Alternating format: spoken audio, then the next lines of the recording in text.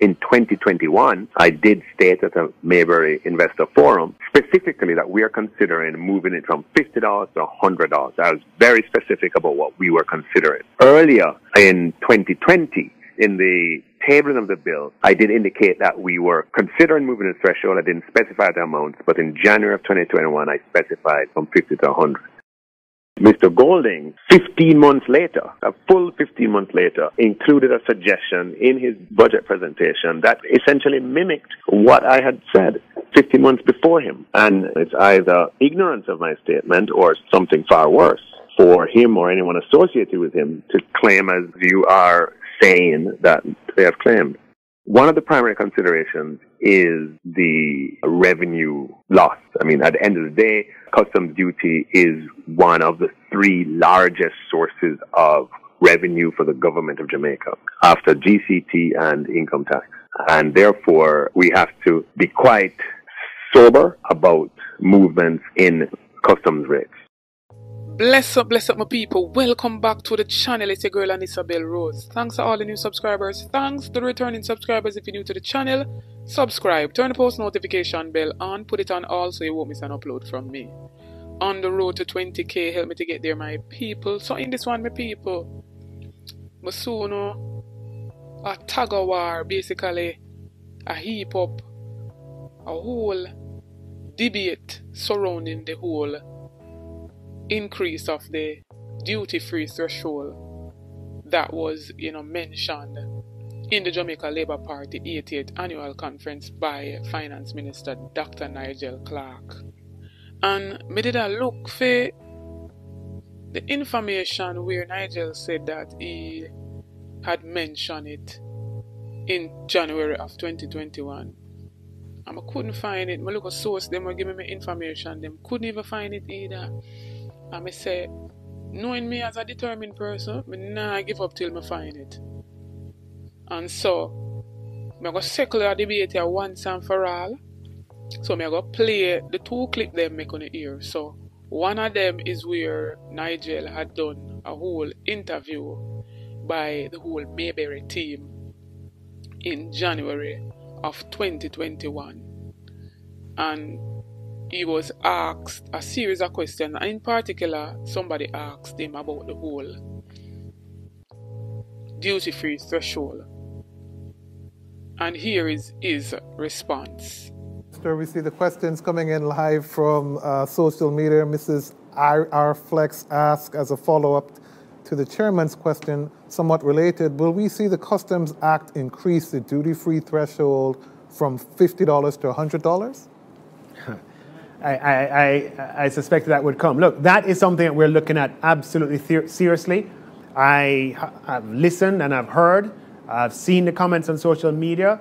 I've seen the questions asked on many fora, and I want you to know that we are listening to you. And right now, I have a team that's looking into that. I want you to understand that there are many things that would go into a decision such as that. And as Minister of Finance and Public Service, I have a fiduciary responsibility to look at a matter like that holistically. There is the perspective of the person who is importing and who is doing a lot of importation of small valued items and is inconvenienced from having to pay duties on those items. I totally get it and I totally understand it. We have to look at revenues overall, and that's always a feature. So we're doing analysis to see, what is the revenue contribution from small value imports, okay? And that has to be a part of the analysis. Another part of the analysis has to be that you heard me mention earlier, that the retail trade broadly defined, right? What Statin calls wholesale retail, which includes everything from retail of goods and supermarkets and traditional wholesales to garages, to people who sell motor vehicles, to people who sell auto parts, to people who sell equipment. Right? When you go down a high street on May Pen, and I use the word high street, but you know what I mean, all of those stores that occupy every high street in Jamaica, right? Those constitute the retail space. It's the largest part of the economy. And I cannot make a move that destroys that sector, just like that. right? Because people are gravitating towards e-commerce. We have to be mindful that the retail space represents the largest part of the Jamaican economy, the largest.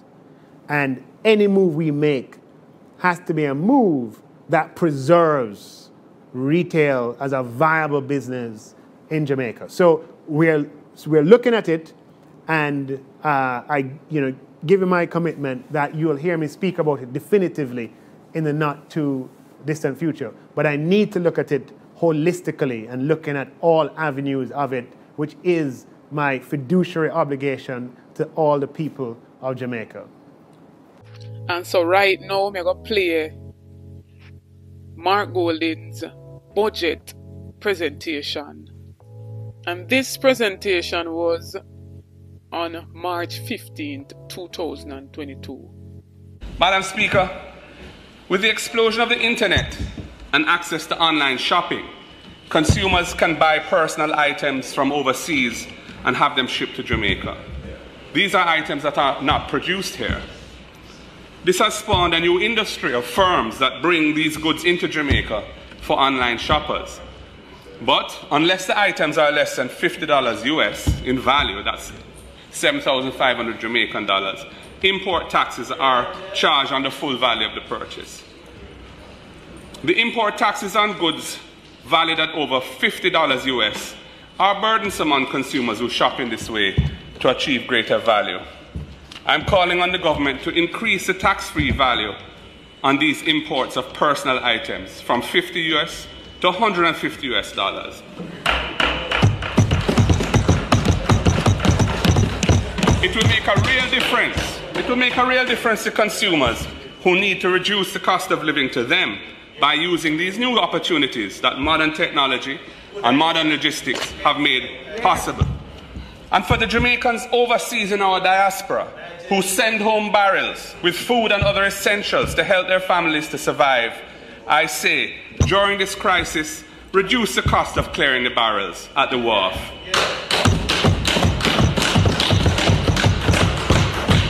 I propose that it be cut in half, 50% less for the coming year, from 6,500 to 3,250 Jamaican dollars.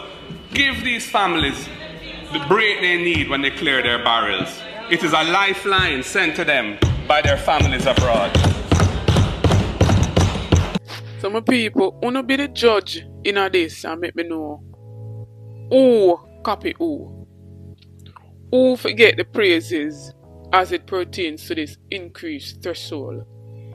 And we're seeing where from 2022, Mark Golding was recommending that it be increased from the $50 to $150. Don't forget to like, share and subscribe to the channel. Go over to my other platform, Instagram and Facebook, and follow me over there at Anisabel Rose. Check out the YouTube store, make a purchase, it goes in support of the channel. Check out the YouTube membership, you get a lot of benefits by becoming a member.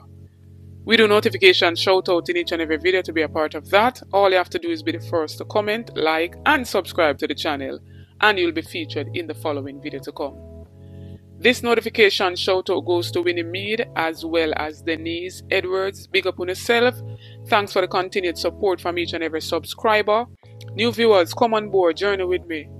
Join the ABR movement. Like up the videos, share out the videos, subscribe to the channel. Stay tuned for more videos. You like anything in this video, drop a like. Get this video to at least 300 likes. Big up on yourself.